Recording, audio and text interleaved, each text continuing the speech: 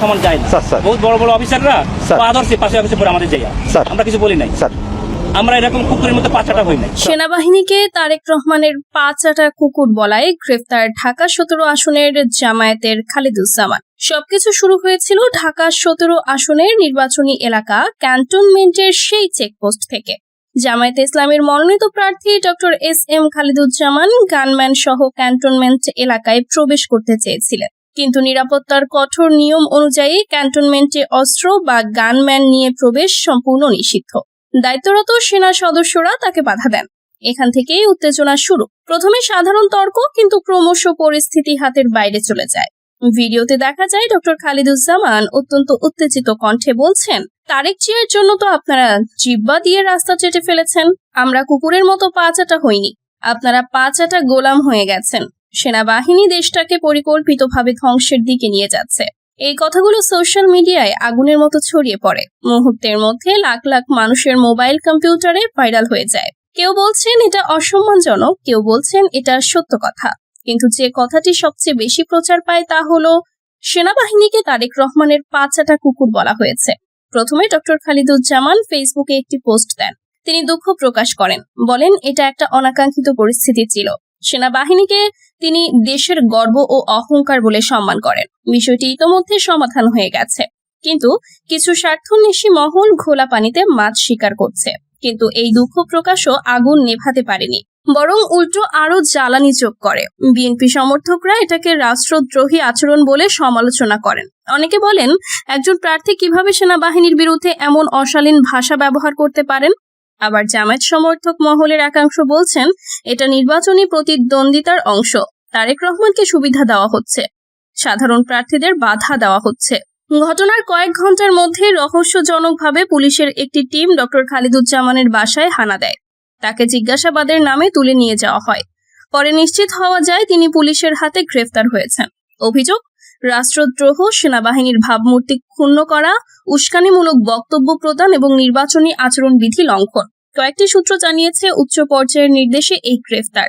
কারণ সেনাবাহিনীর বিরুদ্ধে এমন ভাষা শুধু অসম্মানজনকই নয়, এটা দেশের স্থিতিশীলতার জন্যও হুমকি। অনেকে মনে করছেন এটা একটা বার্তা, যে কেউ সেনাবাহিনীকে নিয়ে অবাঞ্ছিত কথা বললে ছাড় পাবে না। এই গ্রেফতারের পর রাজনৈতিক অঙ্গনে শুরু হয়েছে নতুন ঝড়। বিএনপির নেতারা বলছেন এটা জামায়াতের ভোট কাটাকাটির চক্রান্ত। জামায়াতের কিছু নেতা বলছেন এটা নির্বাচন বানচালের ষড়যন্ত্র। আবার কেউ কেউ বলছেন ডক্টর খালিদুজ্জামানের এই বক্তব্য তারেক রহমানের জন্য বড় ধাক্কা হয়ে দাঁড়িয়েছে। কারণ এখন পুরো আলোচনা চলে গেছে তারেক রহমানের পক্ষে সেনাবাহিনী কাজ করছে কিনা এই প্রশ্নে। ডক্টর খালিদুজ্জামান এখন রিমান্ডে না থাকলেও জামিনের অপেক্ষায়। তার আইনজীবীরা বলছেন এটা রাজনৈতিক প্রতিহিংসা। অন্যদিকে আইন শৃঙ্খলা বাহিনীর সূত্র বলছে তদন্ত চলছে, প্রয়োজনে আরো কঠোর ব্যবস্থা নেওয়া হবে। এই ঘটনা কি শুধুই একজন প্রার্থীর আবেগের বিস্ফোরণ, নাকি এর পেছনে লুকিয়ে আছে বড় কোনো রাজনৈতিক খেলা?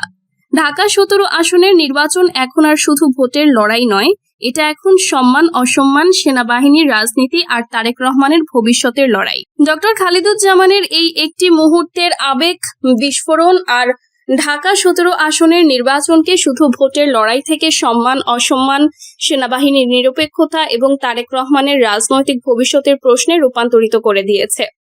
একজন প্রার্থীর অশোভন ভাষা দেশের সবচেয়ে সম্মানিত প্রতিষ্ঠানের বিরুদ্ধে যে ক্ষত তৈরি করেছে তা সহজে মুছে ফেলা যাবে না। গ্রেফতারের মাধ্যমে রাষ্ট্র যে কঠোর বার্তা দিয়েছে তা স্পষ্ট, সেনাবাহিনীকে অপমানের সীমা অতিক্রম করলে ছাড় নেই। এই ঘটনা শেষ পর্যন্ত নির্বাচনী ফলাফলের চেয়েও বড় রাজনৈতিক ক্ষত তৈরি করতে পারে।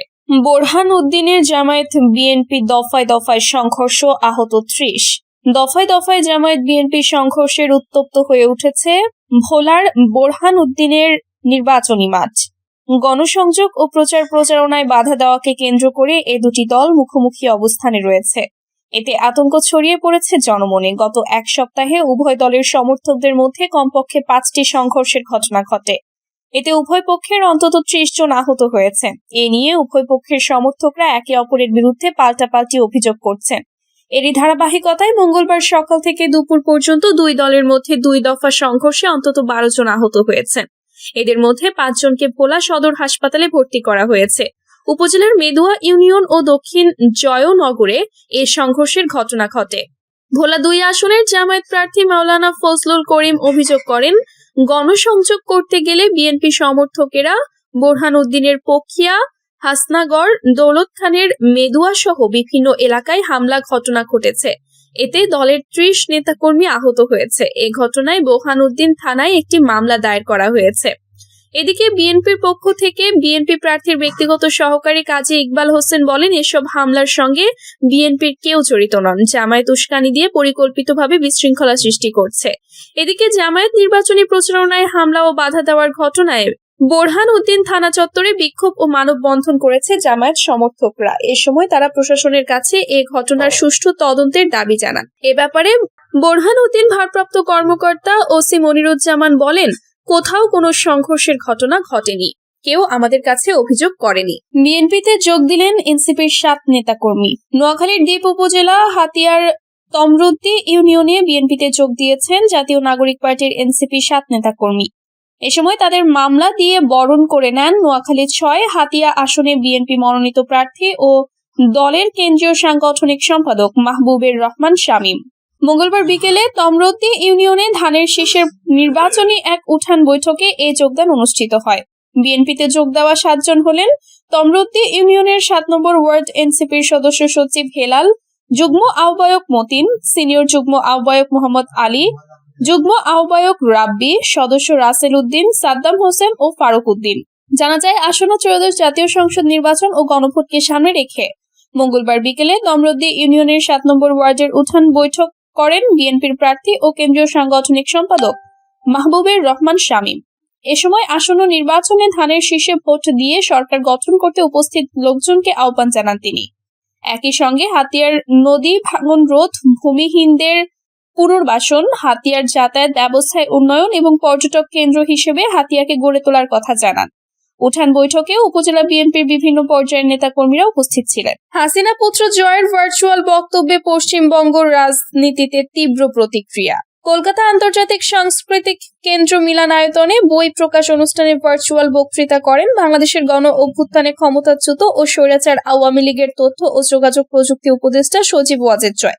তিনি 2024 সালের জুলাই আন্দোলন ও সেই সময় নিহতদের বিষয়ে বক্তব্য দেন, যা নিয়ে কলকাতার রাজনীতিতে বিতর্ক তৈরি হয়েছে। জয় তার বক্তব্য বলেন, 2024 সালের আন্দোলনের সময় অনেক নিরপরাধ মানুষের মৃত্যু হয়েছে এবং তার মতে তা একটি ভুল ছিল।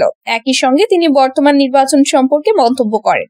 এ বক্তব্য ঘিরে কলকাতার রাজনৈতিক ব্যক্তিত্বদের প্রতিক্রিয়া ও মতামত বিভিন্ন দিক থেকে এসেছে। কেউ সরাসরি বক্তব্য দিয়েছে, আবার কেউ সামাজিক যোগাযোগ মাধ্যমে প্রতিক্রিয়া প্রকাশ করেছেন। প্রথম প্রতিক্রিয়া এসেছে তৃণমূল কংগ্রেস নেতৃত্বের তরফ থেকে। নাম প্রকাশের অনিচ্ছুক এক তৃণমূল কংগ্রেস নেতা সংবাদ মাধ্যমকে জানান, এই ধরনের বিতর্কিত রাজনৈতিক ভাষণ কলকাতার কোনো বই প্রকাশের অনুষ্ঠান বা জনসাধারণের সভায় হওয়া উচিত নয়। এমন মন্তব্য সাম্প্রতিক রাজনৈতিক উত্তেজনা আরো বাড়িয়ে দিতে পারে। তিনি বলেন, কলকাতা আমাদের সাংস্কৃতিক রাজধানী, এখানে রাজনৈতিক কণ্ঠ ওঠা উচিত কিনা সেটা অনেকেই ভাবছেন। বিএনপির প্রতিনিধি পঙ্কজ রায় এ অনুষ্ঠানের সময় বক্তব্য রাখেন এবং সংবাদ মাধ্যমে বলেন, বাংলাদেশের রাজনৈতিক পরিস্থিতি নিয়ে মতামত ব্যক্ত করা প্রতিটি মানুষের অধিকার এবং আমরা এখানে বিষয়টি নিয়ে সুস্থ আলোচনার পথ দেখতে চাই।